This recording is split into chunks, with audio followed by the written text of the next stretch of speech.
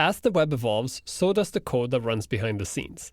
The core code language we use to develop pages on the web has evolved and is now in its 5th iteration, thus the name HTML5. With HTML5, we've gotten a series of new tags that are more semantic or meaningful and that can hook into current and future functionality in web browsers. Adopting HTML5 semantic markup also makes your site code easier to understand. In the example project for this course, I've marked everything up in HTML5. That has a couple of caveats. It means that this code will not run properly in older browsers.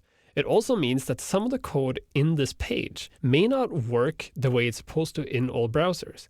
That's not because there's anything wrong with the code or the browsers. It's because HTML5 is still in a draft format. Now, this is not a course about HTML5, but I want to show you what I've done in this page so you get an idea of what this markup is all about and why HTML5 is so important. If we look at the page itself, you'll notice that at the top it just says doctype HTML. This is actually the new code definition for HTML5, whereas before we would specify exactly what version of HTML we're using, we're now just saying we're using HTML.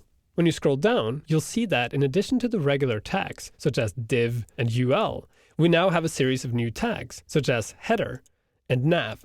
These are highly descriptive, and that's what I meant when I said they are semantic. Header clearly means a header, whereas nav obviously is a navigation element. If we scroll down, you'll see we go further. There's a section, and inside the section we have an article that again has a header. The header even has an aside, which is kind of a side note to the header itself. And when we go further down, we'll even see a figure. If we scroll all the way to the bottom of this page, we have two more elements. We have the aside, which operates as the actual sidebar for the page. And at the bottom, we have the footer. These new tags operate the same way that the old divs and spans did. The main difference is that they are semantic, meaningful. They actually tell you something about the content that's inside. So instead of having just a long series of divs that open and close throughout your page, you now have different elements that kind of say something about the content. This is becoming more and more important because we are getting new devices being rolled out that handle the web differently than what we're used to. People no longer just visit a website using their computer. They may also use a phone or a tablet or another device. And in the future, people will be even more advanced about how they access this information.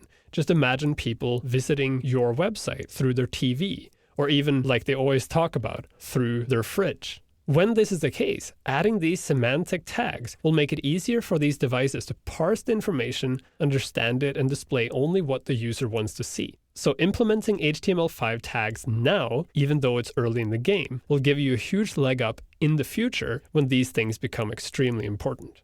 By using the new HTML5 semantic tags, you make your code easier to understand and you prepare your page for future added functionality in browsers.